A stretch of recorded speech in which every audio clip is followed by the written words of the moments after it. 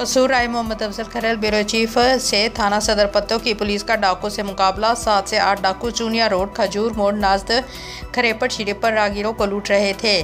थाना सदर पत्तों की पुलिस SHO मलिक तारक कुमार मोहम्मद अशफाक इत्तला मिलते ही अपनी टीम के हमरा मौके पर पहुंच गए तो डाकू पुलिस पार्टी पर फायर खोल दिया। पुलिस ने जवाबी फायरिंग की। फायरिंग रुकने पर 2 डाकू को जो अपने ही साथियों की फायरिंग से जख्मी हुए, उनमें से एक डाकू हलाक जबकि दूसरा शदीद जख्मी हो गया। जख्मी और हला डाकू की ताहल शनाख्त ना हो सकी। डेड बॉडी और जख्मी को अस्पताल मुंतकिल किया जा रहा है। वाज़ेह है कि हक़ हबीबाबाद चूनिया रोड, मेन रोड, चूचक रोड, शेरघाट रोड पर आए रोज़ चोरी की डकैती की वारदातें मामूल बन चुकी हैं।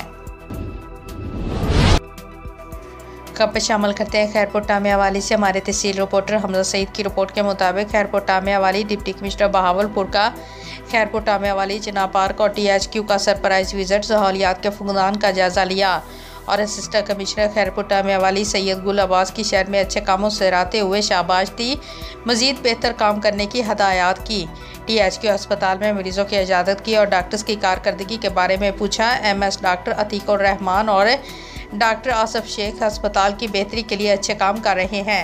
MS ने अस्पताल में डॉक्टर्स की कमी की शिकायत की, जिस पर डिप्टी कमिश्नर ने कहा कि बहुत जल्द डॉक्टर जाहिर कर दिए जाएंगे। सरप्राइज विजिट ज़बरदस्त रहा।